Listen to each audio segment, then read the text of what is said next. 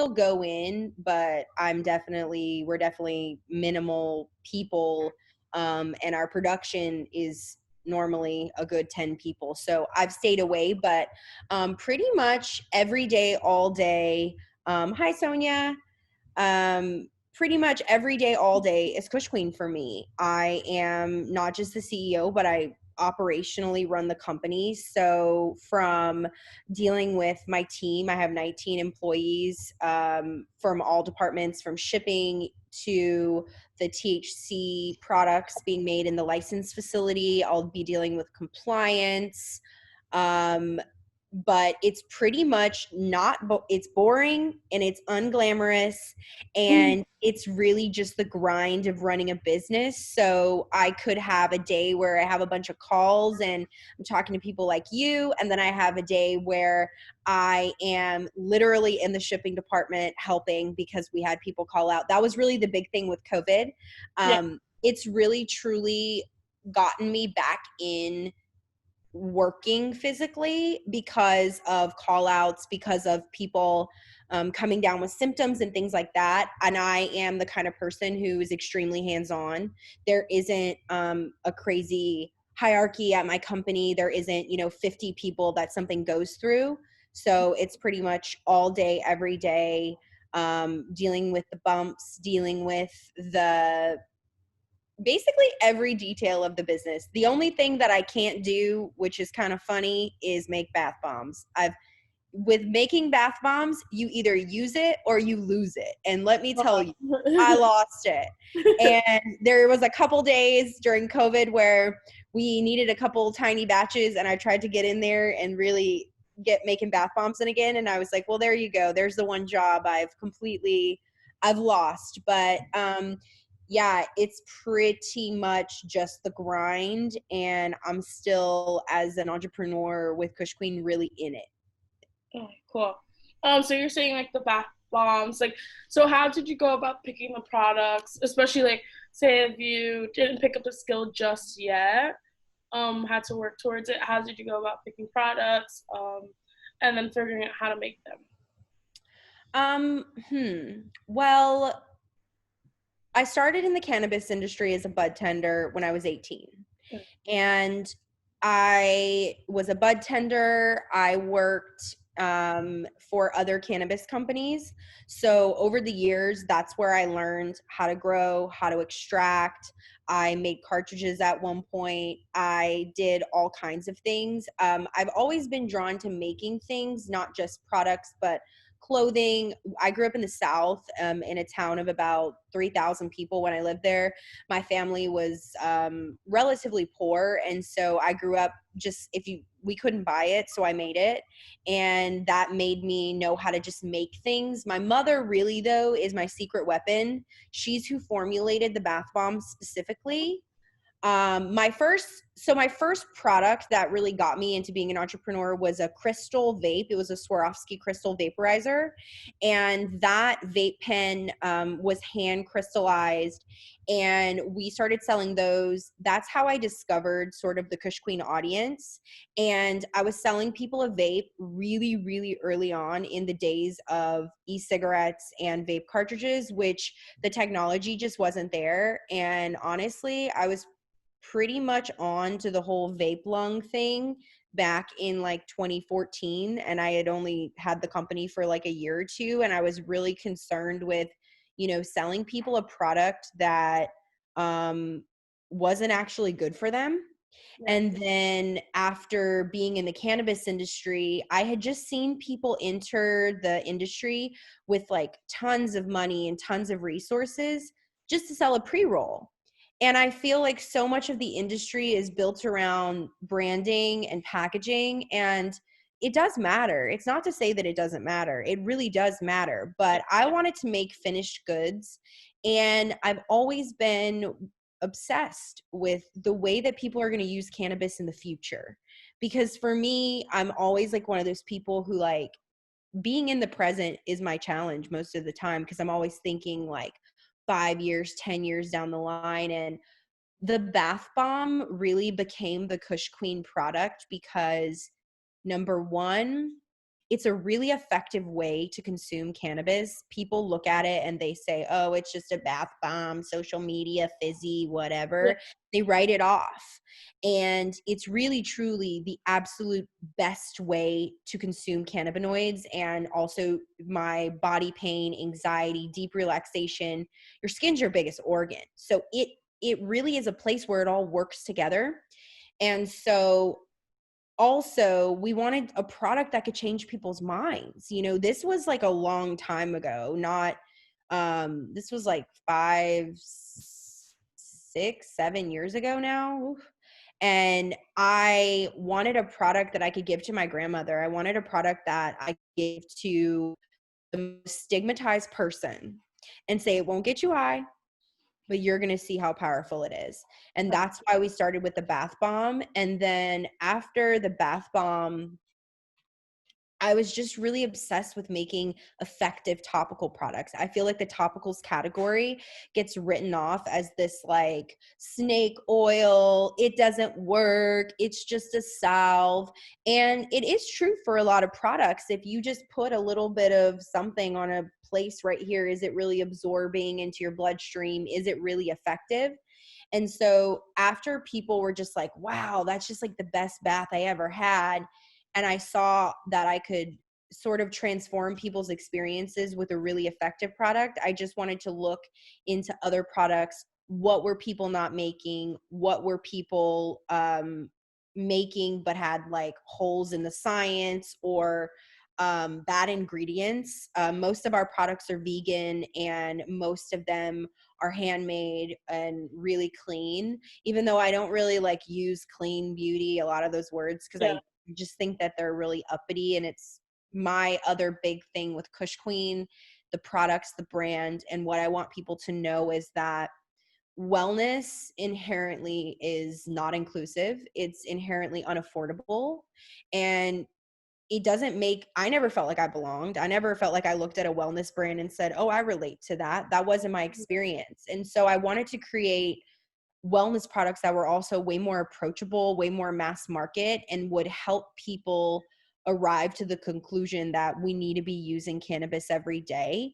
Our tagline is elevating you daily. And that's because for me, even being in the cannabis and using cannabis constantly, I wasn't using it for wellness. I was getting high. I was definitely using it to sleep and to try to feel better. I knew it made me feel better. But that's different than having a philosophy and understanding that your endocannabinoid system needs to be fed regularly, like with nutrients. It's just like a carrot. It's like vitamin C. We need it in our bodies. So I also wanted to find products that people would use all the time. And what do we do every day? We go inside of our bathroom and we shower and we use all of these products regularly. It's one of the big sort of gripes of people trying to regulate the personal care space in mainstream, is that the more you use those products, the more you're exposing yourself regularly to toxic chemicals. So I really just wanted products that were approachable, and the level in which I need to consume cannabis for my bipolar disorder is pretty extreme. And after smoking from 18 to like 25 and like early 2000s dabs, early, unregulated product, my baby lungs they were just damaged. And I just needed to come up with my own like philosophy and my own products to make myself feel better. And it really all just happened from there. I'm not one of those people who started with a firm business plan or just this idea that I was going to create these products and have a bunch of market research. It really just started with the bath bomb. And then gradually over time, I built it, and it just all sort of came to me. And then one day I just said, we have to start making cosmetics. I really believe in the power of beauty and cannabis. I think beauty and cannabis, sorry, I mean, I don't know if you can see You're this all good. little, I've been watching the dog the whole time since it was like eating. but I'm like, oh, a pager back here. But yeah, so I really believe cannabis belongs in beauty. And then when I saw people selling hemp seed oil products as cannabis, I was outraged.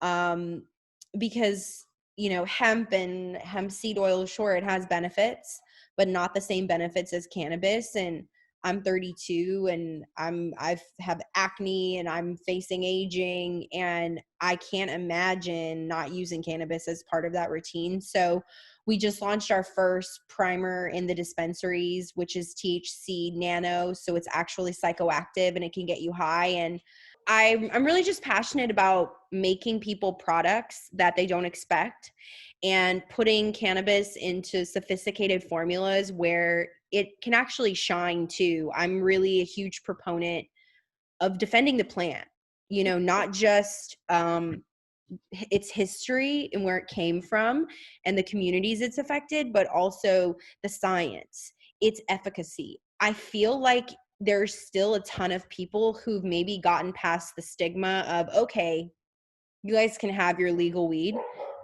but they still don't actually believe it works. Yeah. And you have to do so much convincing around this plant.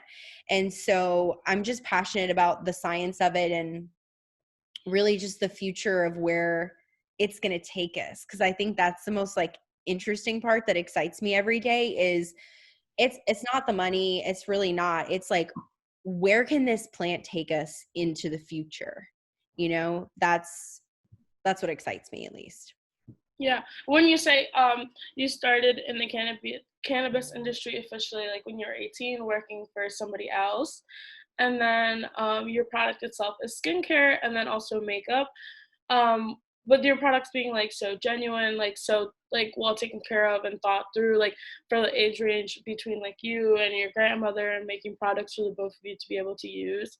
Um, how do you feel about wholesale like selling when it comes to your products, especially since you're like a team of 19? Like, how do you feel the pros and cons of it, or like if you're against it just because I your mean, products are without taken care of? wholesaling my products, I wouldn't have had a business, because in the beginning, everything that was Kush Queen was wholesalers, dispensaries, specifically California.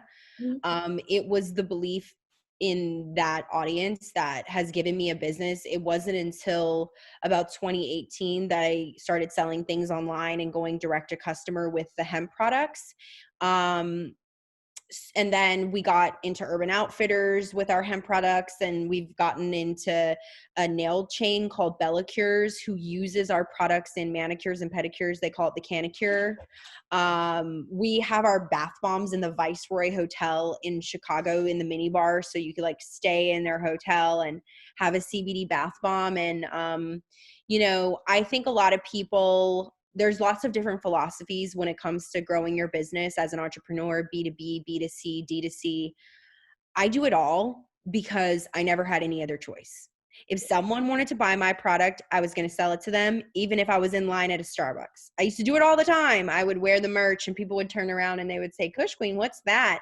And I'd have a bag of bath bombs and I'd say, it's this. Oh my And, god. you know, I believe that to be a company that's going to survive in this space, whether it be hemp or cannabis, you have to do everything. So, and also it made me have strong margins. You know, it's like when you, if you're really going to grow a business from zero, you got to have a real business. And because I didn't have investors, because I didn't have most things people start businesses with, I really just had to do what it would take. And without the support of my wholesalers, I would not be here. And you did start in the cannabis industry fairly young.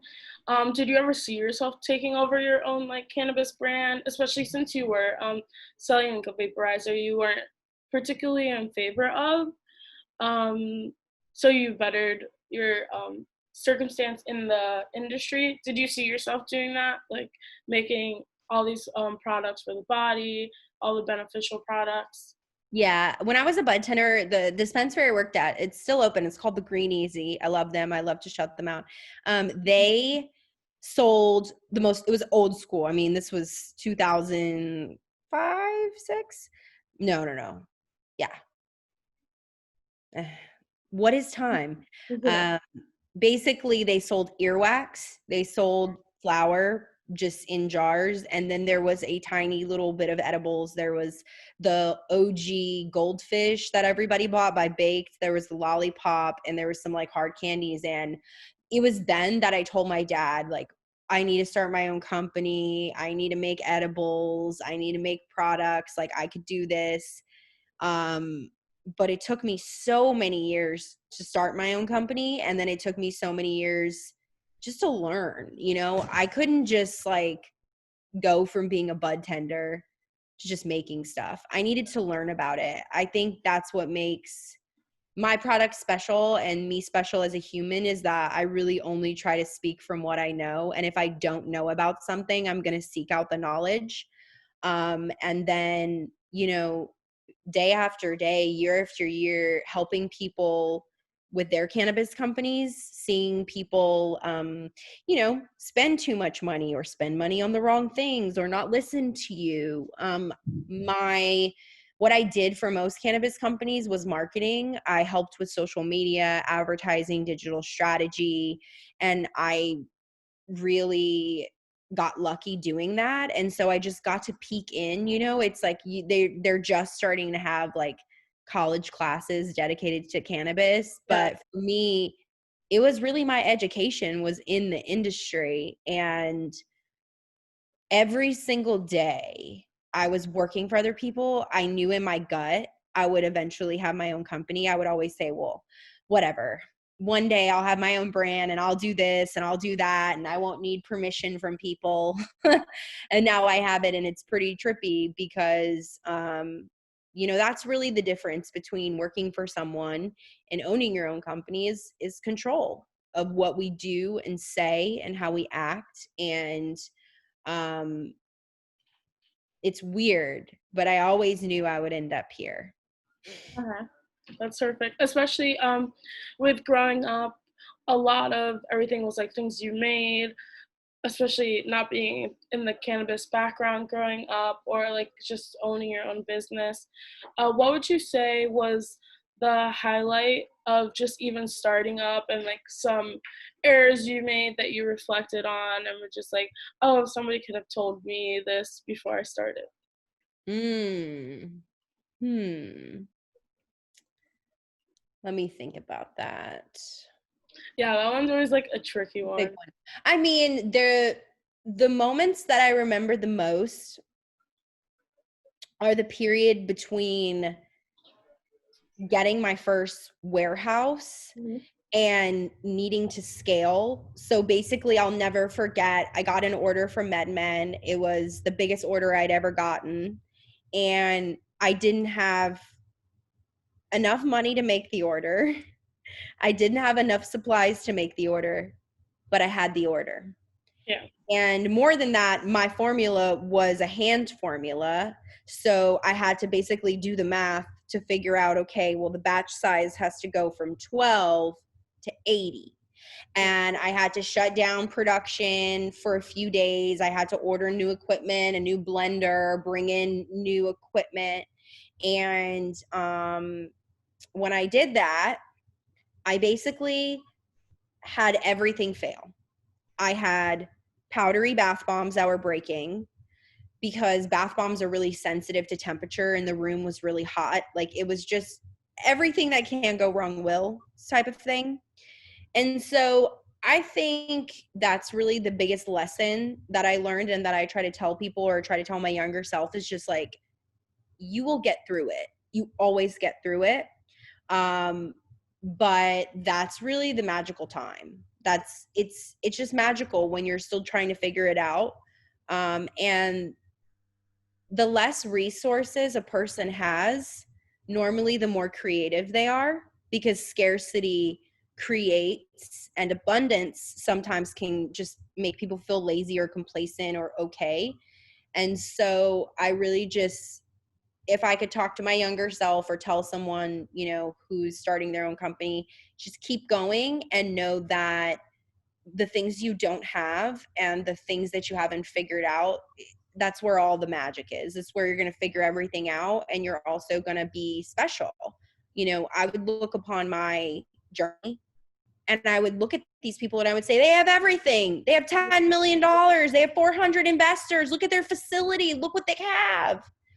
But they don't have innovative technology. Well, because they didn't need it. They had millions of dollars in help. I had to be better.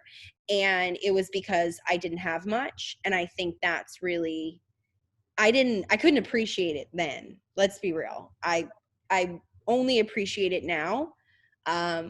But I wish I had appreciated it more because I learned more in that time period than any other time in my life. Yeah, no, listening to it, because I just graduated actually. That's why I'm the intern.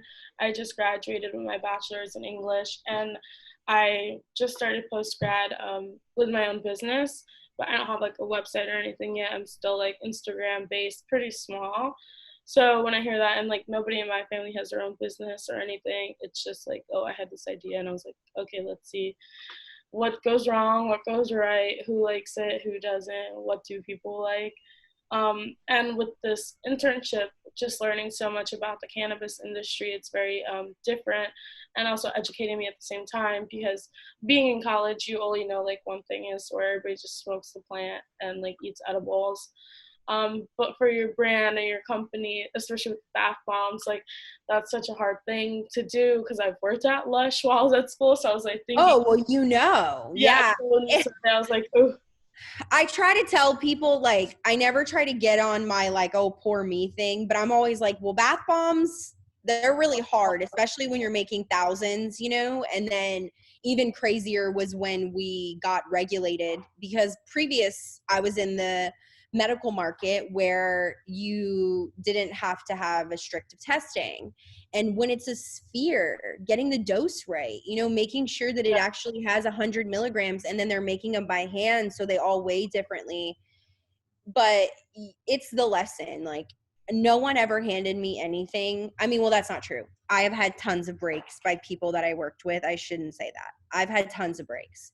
Tons of those people who I was their employee have turned around and handed it to me and lifted me up. And that's the only reason I'm in this market even now, is because of their kindness. But figuring it out on your own is so undervalued in life, in entrepreneurship, especially in cannabis. No one's crazy enough to say that, because they're all just mostly here to make money. And that's fine. But I think because I'm younger and because I'm after something else, I'm after the experience, the journey, um, the that's what life is. It really isn't the moments that you're like, oh, I have it all figured out. It's not. So you just keep going, and remember that no one is, I mean, it's so corny, but it's like, no one is you. Like, that's what I reminded myself too every day, is that they're all who they are and I'm me. And if I just focus on me and stay in my lane and follow my gut and my heart, I know I'll be okay. It's just not a very common business thing that people say, but I don't see why people have this perspective of business that you've got to be this type of person, or you can't be vulnerable, or you can't admit to mistakes, because that's just wrong and crazy. But just my 2 cents. When I look at your Instagram feed, because especially I go through like a bunch of Instagrams to get some more women in the cannabis industry, I would, like, when I first saw it, I was like, oh, it's very colorful, very urban, like very free. When you post and just select like the feed that you have, what would you want people to think when they go onto the page and see it? Like, what was the meaning behind like the way you orchestrate your social media? Well, color is one. My world is colorful. I love rainbows. I love color. I love being loud and outrageous. And wellness is inherently nude and white. And I feel like when people think of luxury cannabis, they think of the Hermes orange or the Louis Vuitton or the Tiffany blue, which those are iconic, sure, Yeah. sure. But I wanted to define something, for me. And also I created a feed of my world. When you look at the Kush Queen world, that's me. That's my everyday. And also, you know, it feels weird talking about inclusivity now because everyone's talking about inclusivity. Mm. But, years ago, I was one of the only people in cannabis who wanted to talk about the racial issues in cannabis and wanted to talk about the LGBT community in cannabis. And another thing that drove me to want Kush Queen was I wanted it for myself. I wanted a brand that made me feel like I could be my meest me and I could be whatever I want it to be, whether I want to be, more masculine today or more feminine tomorrow. And the connection of brands and people, that's what a brand really is. It's connection. And so I just want people to look at our feed and see that we're fun and see that we're different and see that this is our world. And this is sort of like the future world I think we're building to, where if we say something, it needs to mean something. Yeah. There was a period where we were trying to figure out what kind of content people would want to see. And I just was like, well, people want to see and engage with content that says something.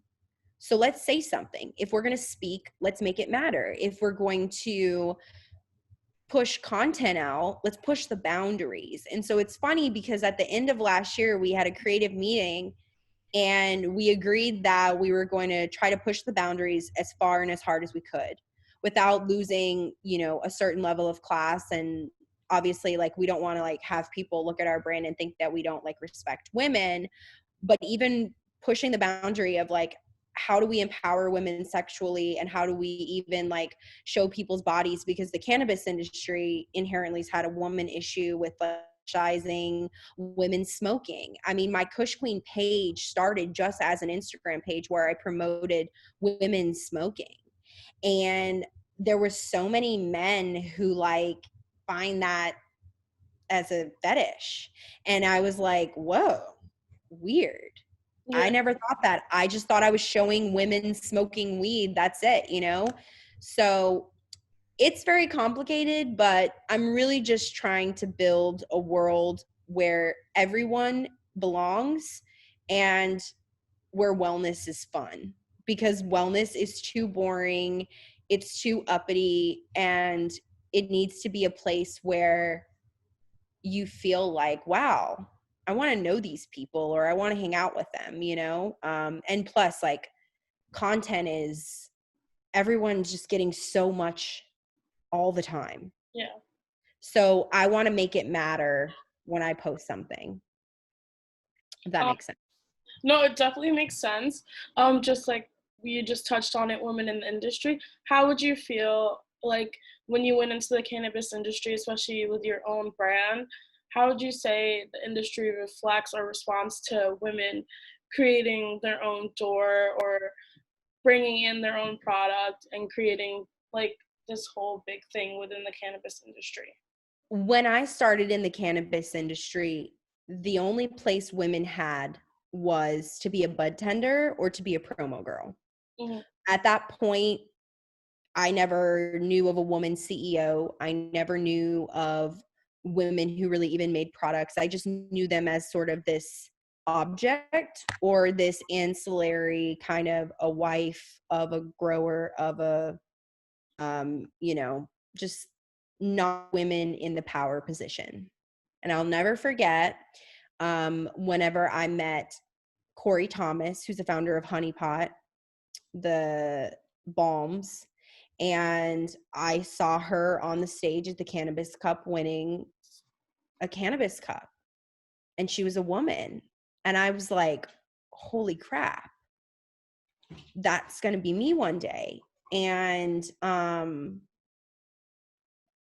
I think the modern cannabis industry where we've come is really accepting of women Yeah. and is really a place where women are thriving. There's just so many women entrepreneurs, people in all sorts of areas.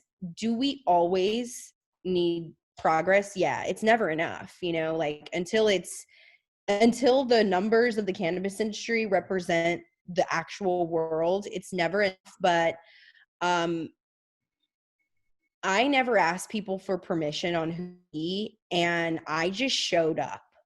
And I pulled my chair up at the table and I said, "Hi, I'm Olivia. My brand is Kush Queen. Nice to meet you." And that's just what I urge other women to do, is make products and do things that you care about and know that people will want to be a part of it. Um, does it still feel like there are not enough women at the executive level, at the ownership level? Yeah, it really does. But every single day I see more and more brands for women, women-owned brands that are thing unique. And I feel like, you know, it excites me because it surely isn't the industry it was, in 2005. Yeah, in 2005, I was like in elementary school, but like growing up with like just like the taboo of like using dare and stuff and like cannabis being gateway drug. Like I just reflect on that, like especially now, working for a cannabis magazine, especially owned by a woman. I've only interviewed women thus far since June, and it's just like amazing. And like your answer pretty much like reflects everybody's answer in some sort of way. So it's not just you like feeling the same way, but everybody definitely wants women to have more of a voice in the cannabis industry. And you guys are all like genuinely taking care of your products, making sure it is for a wide variety of people, which is great with companies like Kush Queen, especially with just like 19 employees. Um, with the Black Lives Matter movement right now, you do want to create a wide variety of products that can meet and help people of different communities. How do you say you emulate that or go about that? Well, obviously, like when the movement sort of exploded recently, everyone started just sort of coming to the table with their receipts on what they do as a company. Um, we released our pull up for change numbers right away because I've always cared about having a diverse workplace, and I've always, it's always mattered to me. I think that because I grew up in Louisiana in a predominantly Black community and then moved to Los Angeles when I was 13, I had a unique experience, and I'm the sum of those experiences. And so once I got in the cannabis industry, I had known people my entire life who had gone to jail for cannabis, or worse, were killed during drug deals. I had a really, unique childhood where a lot of bad stuff happened, and I've always been really hypersensitive to it. The fact that I'm a white woman, the fact that we're a white-owned company, and the fact that this industry is here because of two main groups. And that's unfortunately Black people and people of color who've been predominantly affected by the war on drugs, and then the LGBT community. And so I've always just tried to honor those communities every day in all that we do. That's what I think is really the future, not just of cannabis, but the future of consumerism. And so it's everywhere. It's been in our hiring, it's been in who represents my brand in dispensaries, it's been in our marketing. I was shocked to see brands who posted their first Black person, in the last few months. And that was interesting. But it's every day. I believe being a millennial and then having a lot of millennials in our audience has forced us to be a little bit more conscious than most people. But we've always been participating in community engagement. We've always been participating in events, local and also in other communities. Like I'll never forget, like 2 years ago when this amazing group of women, Indo Black, reached out to us, and they were doing this like incredible work for Black women in endometriosis. I had never even heard of like that intersection, you know, but it's so important. And for me, I never got into cannabis and started this company to make money. I got into this industry to change the world. And so that's what I focus on. And everyone in this industry has a responsibility. That's it, period, Yeah. point blank.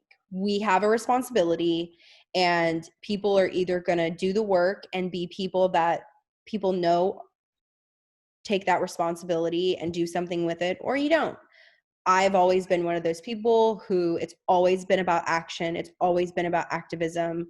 Um, and I like to think it's in not just in our philosophy and not just in our words, but more importantly in our action at my company. I mean, we've raised money for the Born This Way Foundation, BYP 100. We've done work with uh, Project Beagle Freedom, which rescues beagles who get animal testing on beauty products. We've done breast cancer. We've done basically not everything, but we've done so many different things because that's what sets my heart ablaze. And like even last year at this time, we were gearing up to go to BeautyCon, and I went to BeautyCon, and I was like one of like 3 cannabis companies out there.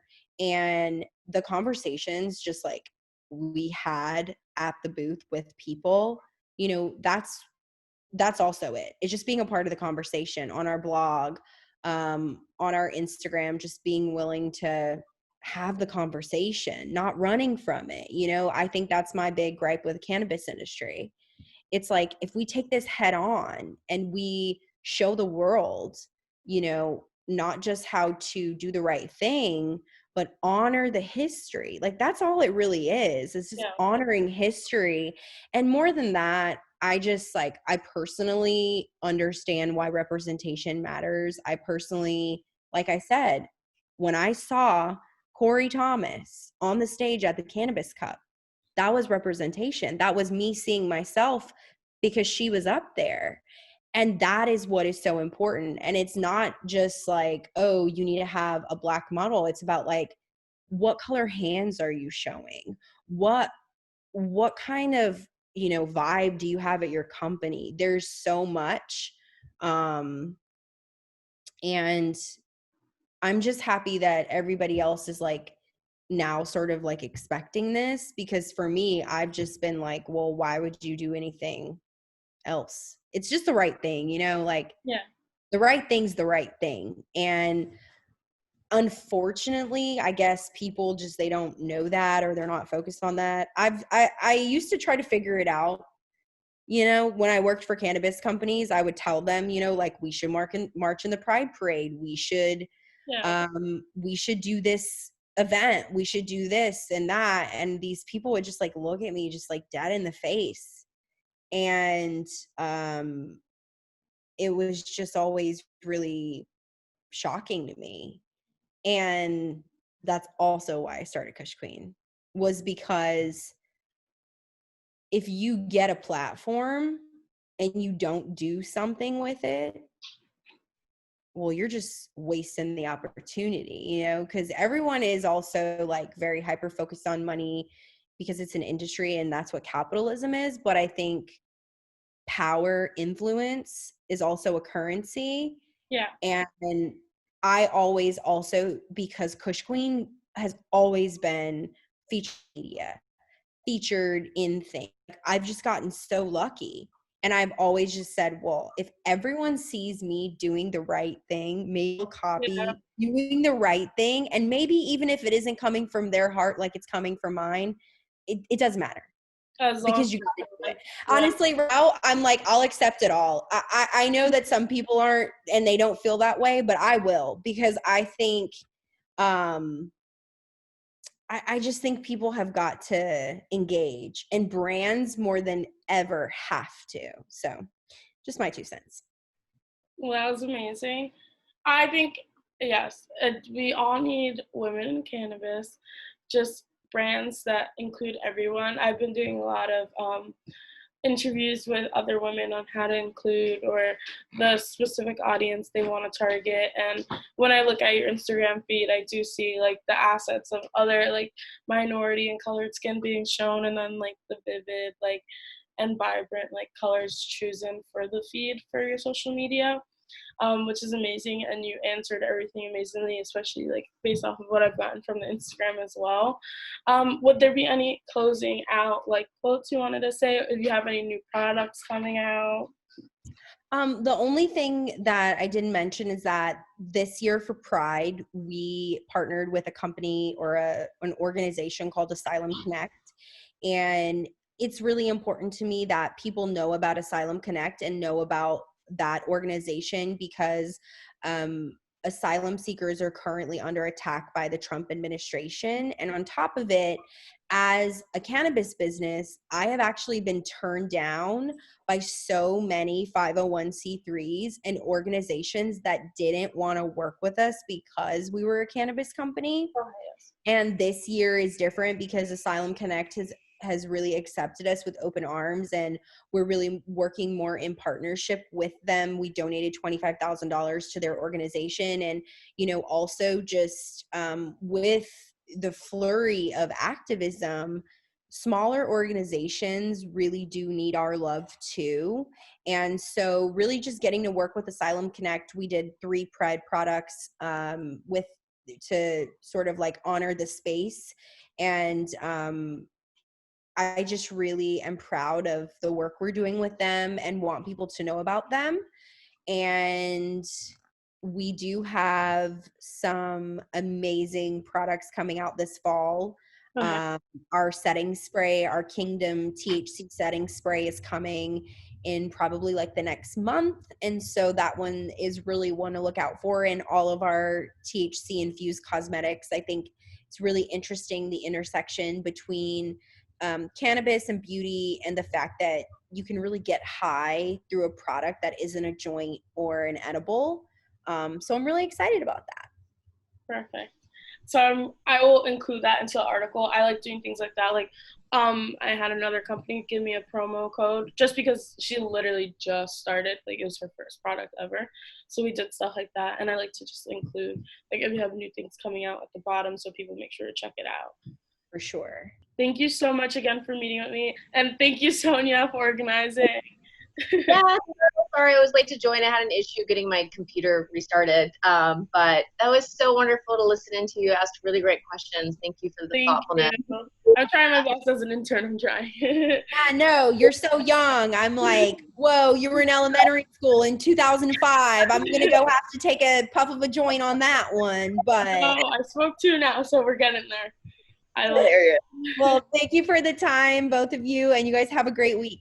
Thank you too. Bye. Bye.